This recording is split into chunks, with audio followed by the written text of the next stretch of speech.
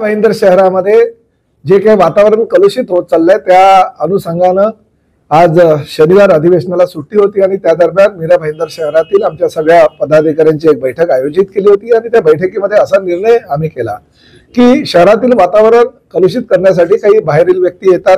शहरामध्ये काही जर एखाद्या व्यापाऱ्याला मारहाण झाली तर त्याच्या विरोधामध्ये मोर्चा काढू असं म्हणतात। व्यापाऱ्यांनी स्वतःची एकता कुठलाही पक्षीय ध्वज हातात न घेता जर काढला असेल तर त्याला समर्थन म्हणून काही राजकीय नेत्यांनी आमच्यासारख्याने सहकार्य केले असेल तर लगेच आमची भूमिका वेगळी आहे, आम्ही त्याच्या विरोधात मोर्चा काढू असं सांगितलं जातं। वातावरण खराब केलं जातं।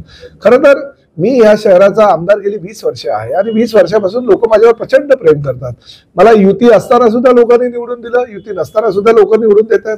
गेल्या निवडणुकीला मी जवळजवळ 83,000 मतांनी निवडून आलो, ह्या निवडणुकीला जवळजवळ मी 1,08,000 मतांनी निवडून आलो।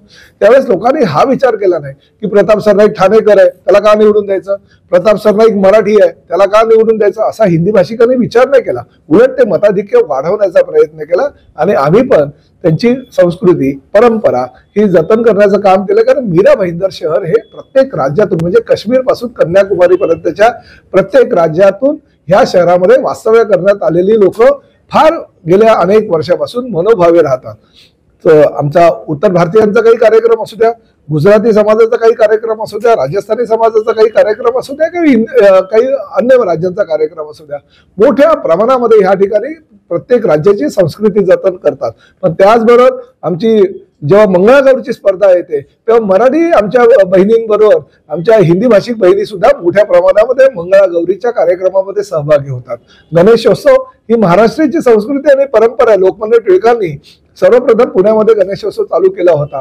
तो गणेशोत्सव आता जगभर पोहोचलेला आहे। परंतु आज जर तसं बघितलं तर मीरा भाईंदरचा बहुतांश हिंदी भाषिक हा गणेशोत्सव साजरा करत असतो। तो हे म्हणत नाही की संस्कृती आहे ही महाराष्ट्राची आहे, यांनी जतन केलेले आहे, ते असा विचार कधी करतच नाही। परंतु काही बाहेरचे नेते येतात, काही जैन विरुद्ध हिंदी किंवा जैन विरुद्ध मराठी असा सामना लावतात।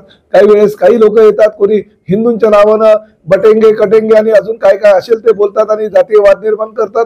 काही मुसलमान नेते मंडळी येतात, ते काहीतरी या ठिकाणी वेगवेगळं बोलत असतात। काही हिंदी भाषा विरुद्ध मराठी भाषा म्हणून लोक येतात आणि मराठी वाद निर्माण करतात। असं होता कामा नये।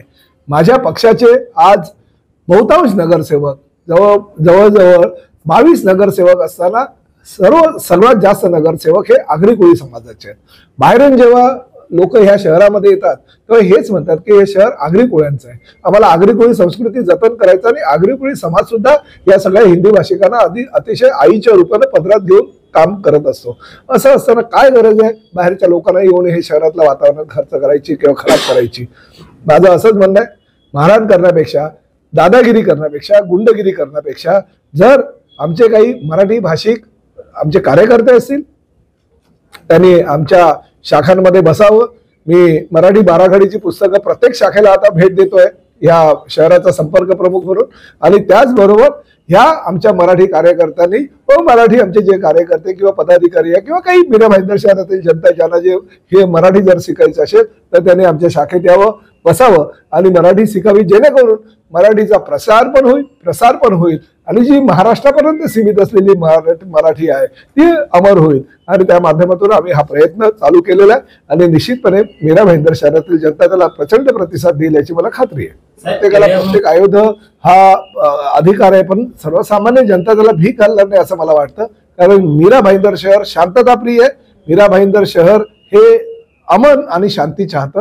त्यामुळे ह्या मीरा भाईंदर शहरामध्ये कोणी बाहेरचे लोक येऊन जर काही गुंडेगिरी करत असतील, दादागिरी करत असतील आणि जाणीवपूर्वक व्यापाऱ्यांना आणि हिंदी भाषिकांना किंवा त्याचबरोबर आमच्या मराठी भाषिकांना जर कोणी त्रास देत असेल तर ह्या शहराचा लोकप्रतिनिधी म्हणून प्रताप सरनाईक ह्या शहराच्या प्रत्येक नागरिकांबरोबर कायम राहील।